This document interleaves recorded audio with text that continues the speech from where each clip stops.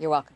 Well, GOP leaders have threatened to subpoena the witnesses and said that they may even hold up the nomination of the new ambassador to Libya if the administration does not cooperate.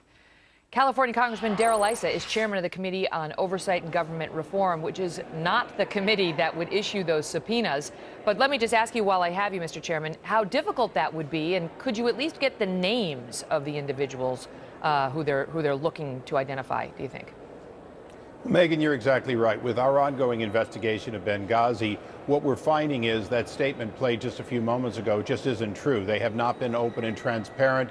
In fact, even the names of the survivors, so they could be asked if they would appear, have not been provided.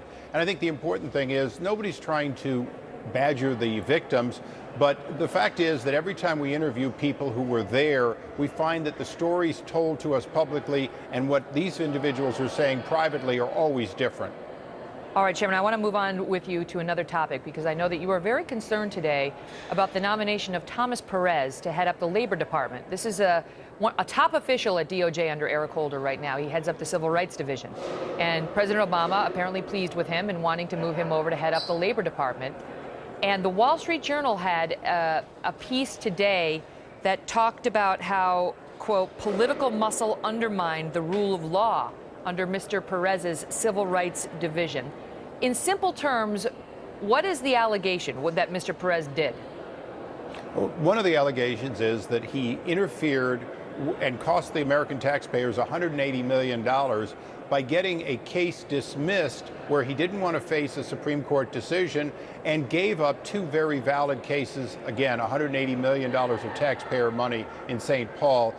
This was unprecedented. It's been said for. Additionally, this nominee has been expressed as not having been candid in his testimony. Candid is kind of one of those funny words in politics that means he didn't tell the whole truth.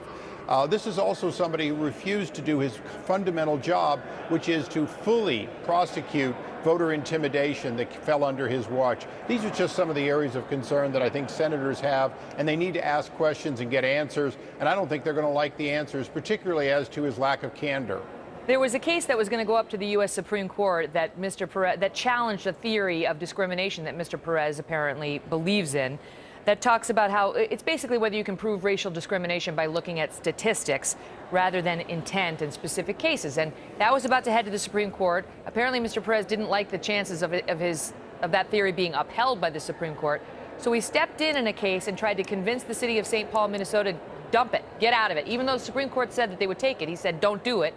I don't want you to continue with your appeal. And in exchange for you doing what I want you to do, I, as the DOJ, will not intervene to help the citizens in these other two big lawsuits that were also pending. And so it appears this deal was cut. Why is that a problem? Is that sort of horse trading done all the time? Well, it's been called unprecedented in their own internal investigation. You remember, he flew to St. Paul to make this deal. He basically paid a $180 million bribe by causing these cases to collapse. He failed to protect the individuals who had valid claims. And Megan, back to the important part. If, in fact, the city of St. Paul and other cities around America are not guilty of discrimination, they're trying to do their job, they've created an open environment, an environment envisioned in our Constitution, but they're finding themselves falling, if you will, back on this whole question of you've got to hit certain numbers, you've got to force the numbers. That was a very legitimate question for the Supreme Court. And again, this is a president who picks people to promote because they support his ideology rather than the rule of law. This is the man heading up the Civil Rights Division at which the Inspector General of the DOJ just concluded that there is a racial hostility within that department that remains deeply divided over whether cases enforcing rights under the voting rights laws should ever be brought or should be brought with any consistency where the victims in those voting cases are white and the defendants are black.